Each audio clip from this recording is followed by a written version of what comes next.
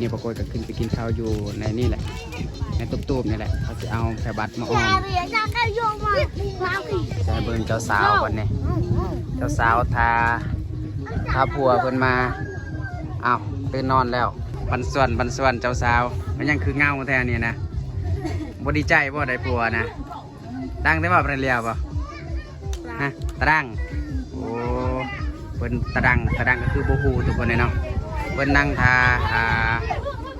าผู้บ่าวเพิ่นอันนี้เป็นเพื่อนลงในไม่เบะสะดาวลงแนวไหนฮะลงกู้ลงแนวดอกก็โอ้อายุไม่เซ็กมอเจอตะดังน่าจะประมาณอยู่จาก13-14ไปทุกคนเลยเนาะเพราะว่าเพิ่นกันยังน้อยๆเนาะห่างก็ขึ้นสาวมาปีเดียวเอาพัวเลยเนาะแต่ก็ยากไม่ดังเซ็กมออันตะดัง